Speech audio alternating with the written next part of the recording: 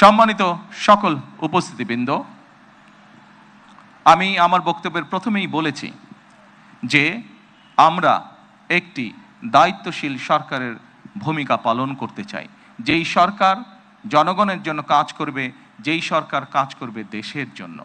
আমরা জনগণের কাছে জবাবদিহি থাকতে চাই এবং তারই একটি অংশ হিসাবে আমাদের দল, বাংলাদেশ জাতীয়তাবাদী দল, নির্বাচনের পূর্বে আমরা বাংলাদেশের মানুষের কাছে প্রতিশ্রুতি দিয়েছিলাম, বাংলাদেশের নারী সমাজের কাছে প্রতিশ্রুতি দিয়েছিলাম যে বিএনপি সরকার গঠন করতে সক্ষম হলে আমরা এই ফ্যামিলি কার্ডের কাজ শুরু করব।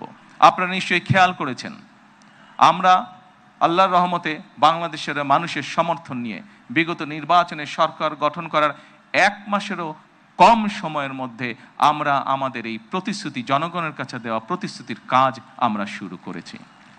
এবং শুধু এই প্রতিশ্রুতি নয়, আমরা আরও কিছু প্রতিশ্রুতি করেছিলাম, তার মধ্যে যেগুলো আমাদের প্রায়োরিটি প্রয়োজন ছিল, তার মধ্যে আরেকটি আছে কৃষক কার্ড।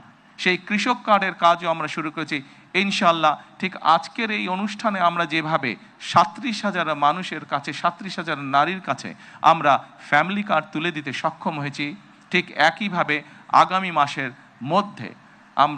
আগামী মাসের ভেতরে আমরা কৃষক ভাইদের কাছেও, বহু কৃষক ভাইদের কাছে আমরা কৃষক কার্ড তুলে দিতে সক্ষম হব ইনশাআল্লাহ।